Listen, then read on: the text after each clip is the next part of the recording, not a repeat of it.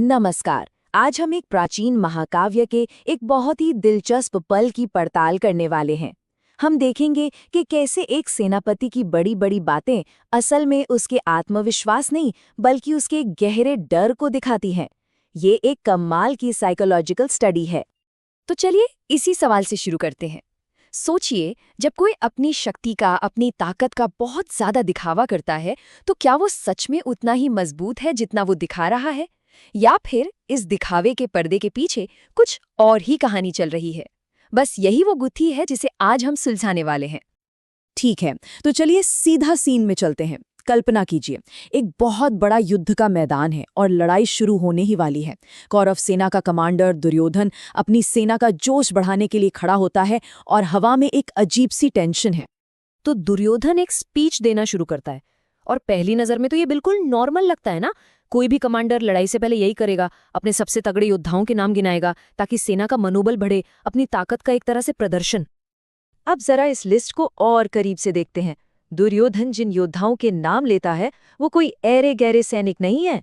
वो एक ऐसी सेना की तस्वीर पेश कर रहा है जिसे हराना लगभग नामुमकिन लगता है। और फिर वो शुरू होता है एक एक करके नाम लेना। धृष्टकेतु, चेकितान, काशीराज, पुरुजीत, कुंती भोज और शैब्य।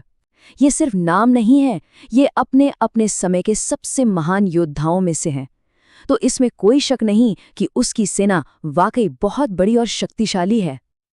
और बात यही नहीं रुकती।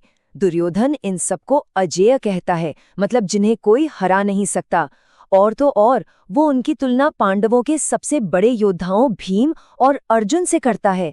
तो ये सब सुनकर तो किसी को भी लगेगा कि दुर्योधन का कॉन्फिडेंस बिल्कुल जायज है। लेकिन यहीं पर कहानी में एक दिलचस्प मोड़ आता है। एक सवाल उठता है, अगर सेना सच में इतनी मजबूत है तो दुर्योधन को बार बार ये बताने की जरूरत क्यों पड़ रही है? मतलब अगर आप वाकई ताकतवर हैं तो क्या आपको चिल्ला चिल्ला कर ये सबको बताना पड़ता है? बस यही सवाल हमें असलियत के और करीब ले जाता है। तो चलिए अब पर्दा हटाते हैं इस दिखावे के पीछे से और देखते हैं कि असली कहानी क्या है। दुर्योधन के इन शब्दों का असली मकसद क्या था? तो असली बात यह है कि यह भाषण उसकी सेना के लिए उतना नहीं था जितना खुद दुर्योधन के लिए था। वो असल में अपनी सेना की ताकत को गिन गिन कर अपने ही मन को तसल्ली दे रहा था, खुद को यकीन दिलाने की कोशिश कर रहा था। और वो ऐसा क्यों कर रहा था? वजह सीधी है, डर। पांडव सेना का सामना करने का एक गहरा, लगातार बना हुआ डर। ये जो पूरा शक्ति प्रदर्शन हो रहा है ना, ये और कुछ नहीं, बस अपने अंदर के डर को दबाने की एक कोशिश है। तो यहाँ दो तस्वीरें बनती हैं बिल्कुल आमने सामने।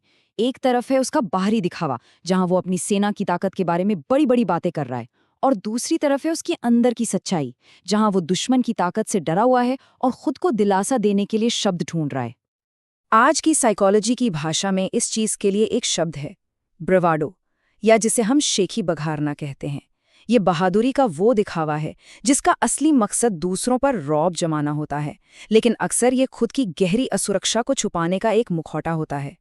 दुर्योधन का व्यवहार इसका एक टेक्स्ट बुक एग्जाम्पल है। तो इस पूरी कहानी का मतलब क्या है? इससे हमें इंसान के स्वभाव के बारे में क्या पता चलता है? चलिए इस एक पल से आगे बढ़कर उस सबक को समझते हैं जो हर किसी पर हर जमाने में लागू होता है। सबसे बड़ा सबक ये है कि जो लोग अपनी ताकत का सबसे ज्यादा शोर मचाते हैं, अक्सर वही अंदर से सबसे ज्यादा कमजोर होते हैं। ये एक ऐसा मनोवैज्ञानिक सच है जो महाभारत के समय जितना सच था, आज भी उतना ही सच है। और जानते हैं, इस नजरिए से देखने पर दुर्योधन का पूरा किरदार ही बदल जाता है। वो सिर्फ एक विलन नहीं रह जाता, वो एक ऐसा इंसान नजर आता है जिसके हर फैसले के पीछे एक बहुत ही इंसानी जज्बा काम कर रहा है, और वो है डर।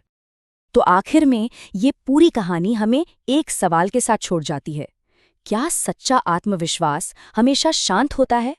दुर्योधन की कहानी शायद हमें यही सिखाती है कि जो बादल सबसे जोर से गरजते हैं वो अक्सर बरसते नहीं, वो शायद अंदर से बस खाली होते हैं।